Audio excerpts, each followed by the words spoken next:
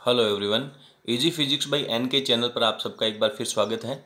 आज का जो अपना सेकंड चैप्टर का जो टॉपिक है उस टॉपिक पे ले जाने से पहले मैं आपको उसके बेसिक कॉन्फ़िगरेशन के बारे में बात करना चाहूँगा कि मान लीजिए आप लोगों ने पहले चैप्टर का जो पहला एग्जाम्पल पढ़ा था उसमें आपने पढ़ा था कि 1 कूलम जो चार्ज होता है, 1 कूलम जो चार्ज होता है उसकी वैल्यू, उसके अंदर कितने इलेक्ट्रॉन होते हैं, कितने इलेक्ट्रॉन मिल करके 1 कूलम चार्ज बनाते हैं। तो आपने पहले एग्जाम्पल में सॉल्व किया था कि 6.25 इंटू 10 की पावर 18 इलेक्ट्रॉन मिल करके। क्लियर है। और यदि मैं यहाँ पर 1 नैनो कूलाम भी कह दूँ, यानी 1 कूलाम का 10 की पावर -9 भी अगर मैं यहाँ पे कह दूँ, तब भी आपके पास जो इलेक्ट्रॉनों की संख्या हो जाएगी वो इंटू 6.25 इंटू 10 की पावर 9 इलेक्ट्रॉन हो जाएगी। यानी इतने सारे इलेक्ट्रॉन मिलकर के 1 नैनो कूलाम का चार्ज बनाते हैं।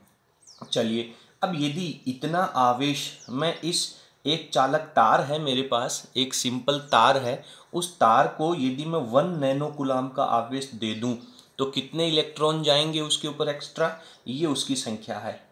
और आपने पढ़ा था कि आवेश तो क्वांटीकृत होता है, यानी एक एक इलेक्ट्रॉन से मिलकर के बना होता है। चलिए, वो बात भी ठीक है। और आपने पहले चैप्टर में एक फॉर्मूला पढ़ा था कि यदि मान लीजिए आपके पास यहाँ पे कोई एक बिंदु आवेश Q है, तो इस बिंदु आवेश Q से r दूरी के ऊपर जो विद्युत क्षेत्र की तीव्रता होगी उसका फॉर्मूला आपने पढ़ा था KQ/r²। ठीक है। तो इस चालक तार को जब आपने 1 नैनो कूलाम का आवेश दिया तो कितने सारे इलेक्ट्रॉन हो गए, इतने सारे इलेक्ट्रॉन इसके ऊपर चले गए। और इलेक्ट्रॉन तो एक बिंदु आवेश है, तो हर एक इलेक्ट्रॉन के कारण किसी बिंदु के ऊपर मुझे विद्युत क्षेत्र की तीव्रता निकालनी है। और उस पूरे आवेश के कारण विद्युत क्षेत्र की तीव्रता निकालने के लिए क्या करना पड़ेगा। आप जानते हैं कि विद्युत क्षेत्र तो एक सदिश राशि है, तो हर एक बिंदु आवेश, कितने सारे, इतने सारे आवेशों के कारण यहाँ पर तीव्रता निकालने के लिए उन सब का सदिश योग करना होगा, जो कि बहुत मुश्किल है। बात समझ में आ रही है? जो कि बहुत मुश्किल है। उसी कंसेप्ट को थोड़ा आसान बनाने के लिए अपने पास एक टॉपिक लिया गया है जिसे अपन कहते हैं आवेश वितरण। यानी कि जो आपके पास आवेश होता है वो किस तरीके से वितरित रहता है, आवेश वितरण। इसके लिए मैं आपके सामने एक एग्जांपल और देना चाहूँगा कि मान लीजिए आपके पास एक गेहूं का दाना है, उसे आप एक इलेक्ट्रॉन समझ लीजिए। और यदि मैं यहाँ पर 5-6 गेहूं के दाने डाल दूं तो आपको सब वो सारे के सारे दाने क्या दिखाई देंगे, अलग अलग दिखाई देंगे, क्वांटीकृत दिखाई देंगे।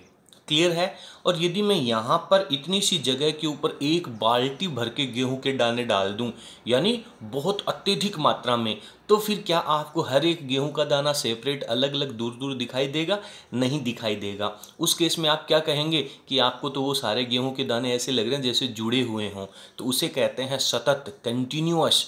यानी जब कोई वस्तु अलग अलग दिखाई नहीं देती है तो उसे अपन सतत कहते हैं। तो उसी प्रकार से जब इस चालक तार को आप अगर 1 नैनो कूलाम का आवेश भी देंगे तो वो सारे के सारे जो इलेक्ट्रॉन्स हैं वो इतने नज़दीक हो जाएंगे कि वो उनके बीच में आपको विभाजन दिखाई नहीं पड़ेगा। और दूसरी बात, वो जो इलेक्ट्रॉन हैं वो एक दूसरे को प्रतिकर्षण के कारण इसके ऊपर समान रूप से वितरित होंगे। ऐसा नहीं होगा कि कहीं के ऊपर उनकी संख्या ज़्यादा हो गई, कहीं पर उसकी संख्या कम हो गई, बिल्कुल समान रूप से उनका वितरण होगा।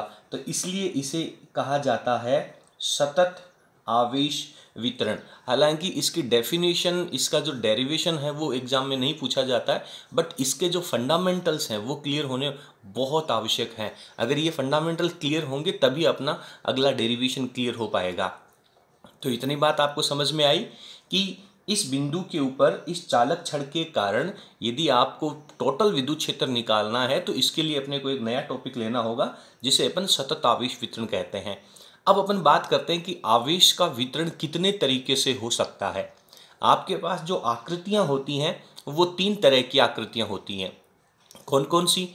एक होती है आपके पास 1D की आकृति।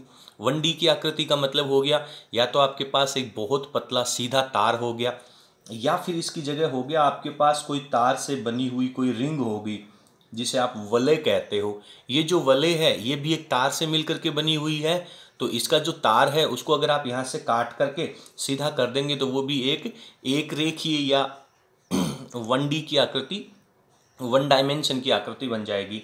तो ये दोनों 1 डायमेंशन की है, यानी इस प्रकार की आकृतियों को जब आप आवेश देंगे तो वो आवेश उसकी लंबाई के ऊपर समान रूप से वितरित हो जाएगा। उसके बाद में आता है 2D की आकृतियाँ। 2D की आकृतियों में जैसे त्रिभुज हो गया, आयत हो गया, वर्ग हो गया, इस प्रकार की जो, या फिर चकती जो होती है बहुत पतली, अगर चकती की मोटाई ज़्यादा हो जाएगी तो उसे अपन चकती न लेकर के बेलन के अंदर कन्वर्ट करेंगे, लेकिन अगर उसकी मोटाई अति अल्प है तो उसे अपन 2D की आकृति कहते हैं। ऐसी वस्तुओं को जब आवेश दिया जाएगा तो वो आवेश कहाँ जाएगा, वो उसके पृष्ठ के ऊपर चला जाएगा। इस पृष्ठ के ऊपर, इसके क्षेत्रफल के ऊपर आवेश है वो समान रूप से वितरित हो जाएगा। इसके बाद में अपन बात करते हैं 3D की आकृतियाँ। अब 3D की जो आकृतियाँ हैं उनको जब आप आवेश देंगे तो वो जो आवेश है वो उसके अंदर चला जाएगा। और उसके अंदर कहाँ चला जाएगा, इस 3D की आकृति के अंदर अपन कौन सी भौतिक राशि का कैलकुलेशन करेंगे, आयतन का। तो ये जो आवेश है वो आयतन में समान रूप से वितरित होगा। 2D की आकृति में जो आवेश है वो क्षेत्रफल के ऊपर समान रूप से वितरित होगा, और 1D की आकृति में जो आवेश है वो लंबाई के ऊपर समान रूप से वितरित हो जाएगा। तो ये बेसिक फंडामेंटल आपको क्लियर करने बहुत ज़रूरी है।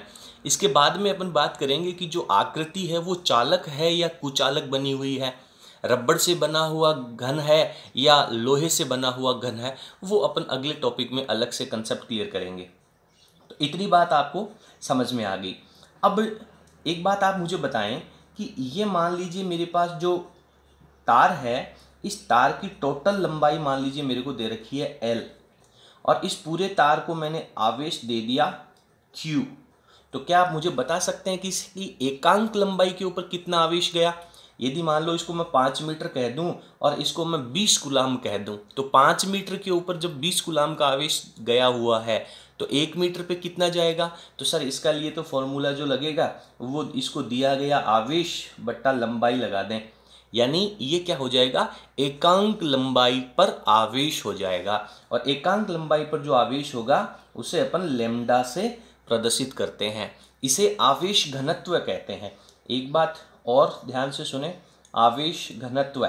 आज दिन तक जब आप लोगों ने घनत्व शब्द सुना था तब आप लोगों के दिमाग में यही आया था द्रव्यमान बटे आयतन, पर आज अपन हर जगह आयतन नहीं लगाएंगे।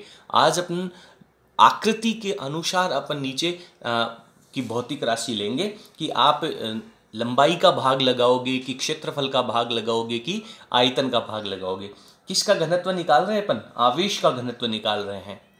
तो पहली आकृति में आप मुझे बताएं कि इसकी एकांक लंबाई के ऊपर कितना आवेश हो जाएगा।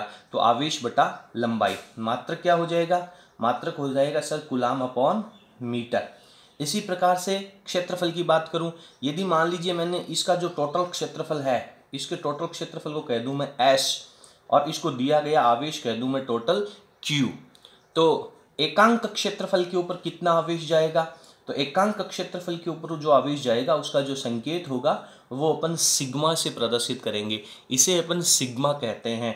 तो एकांक क्षेत्रफल पे कितना जाएगा, S क्षेत्रफल के ऊपर जाने वाला आवेश Q है, तो एकांक क्षेत्रफल के ऊपर हो जाएगा Q अपॉन S। इसका मात्रक कैसे निकालेंगे अपन, आवेश का मात्रक कूलाम, क्षेत्रफल का मात्रक हो जाएगा मीटर स्क्वायर। और यहाँ पर इसका टोटल आयतन V मान लेता हूँ, टोटल इसका आयतन V है इस आकृति का, और इसको दिया गया आवेश कितना है, Q है। तो एकांक आयतन के ऊपर कितना आवेश जाएगा, तो इसके लिए जो आप संकेत काम में लेंगे उसे अपन रो कहते हैं। और ये जो रो है इसके अंदर इसकी वैल्यू कितनी हो जाएगी, टोटल आवेश बटा कुल आयतन, और मात्रक क्या हो जाएगा, coulomb upon metre cube. Clear है। तो ये बात आपको समझनी बहुत ज़रूरी है। ये आपको सवाल कहेगा कि L लंबाई की वस्तु को Q आवेश दिया गया है, तो एकांक लंबाई के ऊपर कितना आवेश आएगा ये आपको निकालना है। एकांक क्षेत्रफल पे कितना आवेश आएगा, एकांक आयतन पे कितना आवेश आएगा। तो ये बेसिक चीज़ें आपको अपने इस टॉपिक में समझनी जरूरी है। इसके नोट्स की विशेष आवश्यकता आप लोगों को नहीं है, आपको इतना ही क्लियर करना है। इसे कहते हैं अपन रेखीय आवेश घनत्व, इसे कहते हैं अपन क्षेत्रफल आवेश घनत्व या पृष्ठ आवेश घनत्व भी कहा जा सकता है। और इसे कहा जाता है आयतन आवेश घनत्व। अब इसी में अपने को थोड़ा सा और टॉपिक आगे समझना है, तो चलिए पहले अपन एक बार इसके शॉर्ट में नोट्स देख लेते हैं। सतत आवेश वितरण, आप प्लीज़ अपनी स्क्रीन को पॉज करके नोट्स को अपने कॉपी में उतार लीजिएगा। आवेश क्वांटीकृत होता है, परंतु अधिक मात्रा के आवेश से किसी वस्तु को आवेशित करने पर आवेश का वितरण है वो सतत लिया जाता है। क्लियर है? इसमें अपन पहला टॉपिक पढ़ रहे हैं रेखीय आवेश वितरण। तो आप लोगों को यहाँ पे क्लियर होना चाहिए कि 1D की वस्तु की अपन बात कर रहे हैं। रेखीय आवेश वितरण, एक सीधे तार के ऊपर या फिर किसी वलय के तार के ऊपर अपने को, वृत्त की परिधि के ऊपर अपने को आवेश का वितरण लेना है। तो यहाँ पे एक छोटा सा एग्जाम्पल लिया है। तार की लंबाई आपने L ले रखी है, तार को दिया गया आवेश Q ले रखा है। तो अभी जो आपने पीछे टॉपिक पढ़ा था उसके अनुसार रेखीय आवेश घनत्व यानी एकांक लंबाई पर कितना आवेश आएगा, तो टोटल आवेश बटा लंबाई का भाग लगा दिया, जिसे अपन ने लेमडा से प्रदर्शित कर दिया। अब अपन इसमें एक छोटा सा सेगमेंट लेते हैं कि मान लीजिए कि ये जो तार है इसके ऊपर एक छोटा सा टुकड़ा है। इस छोटे से टुकड़े की जो लंबाई है वो मान लिया आपने DL, और इस छोटे से टुकड़े के ऊपर आवेश मान लिया आपने DQ। तो आप मुझे बताएं कि इस छोटे से टुकड़े का जो घनत्व आएगा उसको अपन क्या लिखेंगे। तो यदि अल्प लंबाई अल्पांश के ऊपर जिसकी लंबाई DL है और उस पर आवेश DQ है, तो आवेश घनत्व क्या हो जाएगा, लेमडा बराबर DQ अपॉन DL। अच्छा, मुझे इस DQ का मान बता सकते हैं क्या आप इस फॉर्मूले का उपयोग करके? हाँ सर, बता सकते हैं। कैसे? DQ this is equals to lambda यहाँ रह जाएगा और DL की वैल्यू यहाँ आ जाएगी। तो आपके पास ये छोटा सा एक लंबाई अल्पांश है, वो किसका रूप बन गया सर? ये तो बिंदु आवेश बन गया। इसको आप एक बिंदु आवेश मान सकते हैं, और इस बिंदु आवेश के कारण r दूरी पर चल के इस बिंदु पर आप विद्युत क्षेत्र की तीव्रता निकाल सकते हैं। अल्पांश है तो इसकी तीव्रता भी क्या आएगी, DE आएगी। बिंदु अल्पांश, बिंदु आवेश के कारण विद्युत क्षेत्र की जो तीव्रता है उसको भी अपन DE से रिप्रेजेंट करेंगे। तो ये आप लोग बहुत पहले अच्छे तरीके से जानते हैं कि DE की वैल्यू क्या होगी। DE बराबर होता है K इंटू आवेश। किसका आवेश? उस बिंदु आवेश का मान, और बिंदु आवेश का मान कितना है, DQ अपॉन दूरी का स्क्वायर। दूरी कितनी है, R का स्क्वायर। अगर मैं यहाँ पे वेक्टर लगाऊं तो ये जो R है वो भी एक सदिश राशि है, तो यहाँ पे आपके पास इसका यूनिट वेक्टर कैप लग जाएगा। क्लियर है? तो ये एक बिंदु आवेश के कारण आ गया, जो आप लोगों ने एक अल्प छोटे से बिंदु आवेश के कारण लिया था, वही सेगमेंट आ गया। अब आप पूरे तार के कारण यदि यहाँ पे लेना चाहें तो आप क्या करेंगे, संपूर्ण तार ब्रैकेट में आप लिख सकते हैं आवेश के कारण कुल विद्युत क्षेत्र।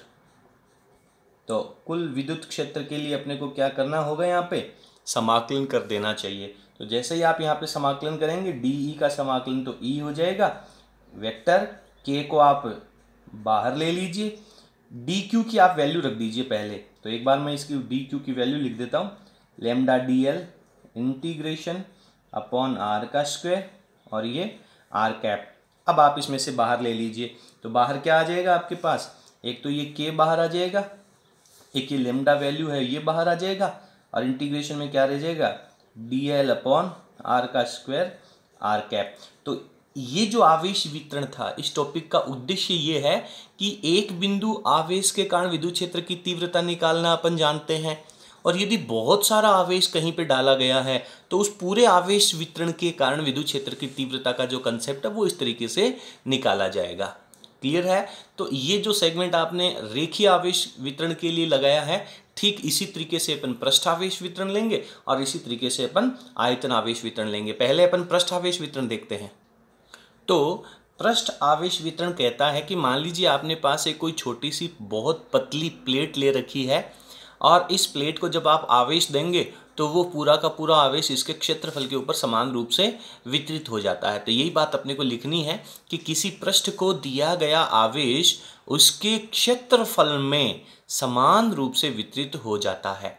ठीक है, अब अपने को करना क्या है कि इस पूरी पृष्ठ के ऊपर एक छोटा सा टुकड़ा लेना है जिसे अपन अल्पांश क्षेत्रफल कहेंगे, और इस अल्पांश क्षेत्रफल का एरिया कितना होगा उसे अपन ds लिख देंगे। तो एक अल्पांश क्षेत्रफल ds लेते हैं और उस अल्पांश क्षेत्रफल पे आवेश कितना है, जिस पर आवेश dq है।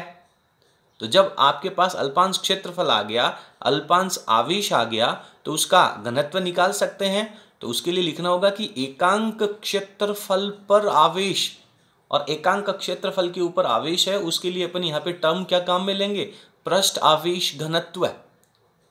तो पृष्ठ आवेश घनत्व का मतलब वही हो गया एकांक क्षेत्रफल के ऊपर आवेश, जिसे अपन किससे, सिग्मा से प्रदर्शित करेंगे। इस छोटे से क्षेत्रफल का आवेश बटा इसका क्षेत्रफल एरिया। मात्रक अगर आप यहाँ पे लिखना चाहें तो कूलाम अपॉन मीटर स्क्वायर लिख सकते हैं। अब वापस आपको यहाँ पर विद्युत क्षेत्र की तीव्रता निकालनी है, जिसकी दूरी यहाँ से r है। तो इस अकेले बिंदु आवेश के कारण तीव्रता तो निकाल सकते हैं आप। अकेले बिंदु आवेश के कारण तीव्रता निकालने का फॉर्मूला तो आपने पढ़ा है। बिंदु आवेश के कारण विद्युत क्षेत्र की तीव्रता E बराबर KQ अपॉन r², अगर वो आवेश बिंदु आवेश है तो आपने यहाँ पे लिखेंगे अल्पांश dq। तो लिखेंगे कि अल्पांश dq के कारण विद्युत क्षेत्र की तीव्रता। अब बिंदु आवेश के कारण विद्युत क्षेत्र की तीव्रता का फॉर्मूला जानते हैं, अल्पांश के कारण है तो इसे अपन dE से लिखेंगे, k इंटू आवेश, बिंदु आवेश का आवेश कितना है dq अपॉन दूरी का स्क्वायर। वेक्टर लगाया है तो यूनिट वेक्टर भी लिखना होगा। अब dq की वैल्यू अपन यहाँ से लिख सकते हैं, dq की वैल्यू कितनी होगी, आवेश घनत्व इंटू ds। ये जो ds है वो इसके मल्टीप्लाई में चला जाएगा, तो सिग्मा ds वैल्यू आ जाएगी। अब इसमें से k है और सिग्मा है, ये दोनों बाहर ले सकते हैं। अपने को करना क्या, अपने को तो इस पूरे पृष्ठ के कारण ही विद्युत क्षेत्र की तीव्रता निकालनी है। बिंदु आवेश के कारण तो अपन इससे पहले चैप्टर में भी पढ़ चुके हैं। अपने को तो इस पूरे आवेश वितरण के कारण निकालनी है। तो अपने को क्या कर लेना चाहिए, इसके लिए अपन ने मैथमेटिक्स में एक कंसेप्ट पढ़ा है, समाकलन ले लेना चाहिए। तो संपूर्ण पृष्ठ के कारण विद्युत क्षेत्र की जो तीव्रता आएगी या विद्युत क्षेत्र की जो वैल्यू आएगी, इसे अपन ई वेक्टर लिखेंगे, और इसके अंदर क्योंकि डी का समाकलन करते ही ई हो गया ना, तो के क्यू तो के और सिग्मा तो बाहर आ जाएगा और इंटीग्रेशन में रह जाएगा ds upon r² into R cap. तो ये आपका पृष्ठ आवेश वितरण का टॉपिक कंप्लीट हो जाता है। अगर एग्जाम के अंदर इसका डेरिवेशन आता है तब आपको ये विस्तृत रूप लिखना है। अदरवाइज आपके दिमाग में सिर्फ इतना सा कंसेप्ट होना चाहिए कि यदि किसी क्षेत्रफल को आवेश दिया जाता है तो वो समान रूप से वितरित होगा, और उसका जो आवेश घनत्व निकालने का जो मेथड है वो ये रहेगा आवेश बटा उसका क्षेत्रफल, और उसको अपन सिग्मा से प्रदर्शित करेंगे। केवल इतनी सी चीज आपको ध्यान में रखनी है, और इसी से अपन न्यूमेरिकल सॉल्व करेंगे और इसी से अपन डेरिवेशन सॉल्व करेंगे। आयतन आवेश वितरण, यानी आपके पास 3D की जो वस्तुएं होती हैं, जैसे गोला है, बेलन है, शंकु है, घन है और घनाभ है, इन सब को दिया गया आवेश। बट इसके साथ एक कंसेप्ट और लगेगा, यहाँ पर चालक और अचालक वस्तुओं के अंदर भी परिवर्तन हो जाता है। यदि आप चालक वस्तु को देंगे तो उसका आवेश उसके आयतन में नहीं जाएगा। उस कंसेप्ट को अपन अलग टॉपिक में तैयार करेंगे। तो यहाँ पे मैं ले लेता हूँ कि प्रत्येक 3D की वस्तुएं, जितनी भी आपने अभी नाम लिया है वो सारी 3D की वस्तुएं हैं, पर वो क्या होनी चाहिए, अचालक या कुचालक जिसे आप कहते हैं, इंसुलेटर जिसे कहते हैं, इंसुलेटर होना जरूरी है, क्योंकि चालक वस्तु में अलग कंसेप्ट लगेगा। तो अचालक वस्तु को दिया गया आवेश उसके आयतन में चला जाता है। 3D की वस्तु होनी चाहिए, कुचालक होनी चाहिए। अब यदि आप उसे आवेश दोगे तो वो उसके आयतन में समान रूप से वितरित हो जाता है। तो इसके लिए आपने यहाँ पे लिखा है, मैं लेता हूँ कि अल्पांश आयतन अल्पांश dV का आवेश Q है, dQ है, यानी dV अल्पांश का आवेश है वो dQ है। तो आयतन आवेश घनत्व कितना हो जाएगा, तो घनत्व के लिए वही कंसेप्ट है, टोटल आवेश बटा टोटल आयतन dQ अपॉन dV। मात्रक लिखेंगे तो क्या लगेगा, कूलाम अपॉन मीटर क्यूब। और इस अल्पांश आवेश के कारण यहाँ पर विद्युत क्षेत्र की तीव्रता आप लिख सकते हैं।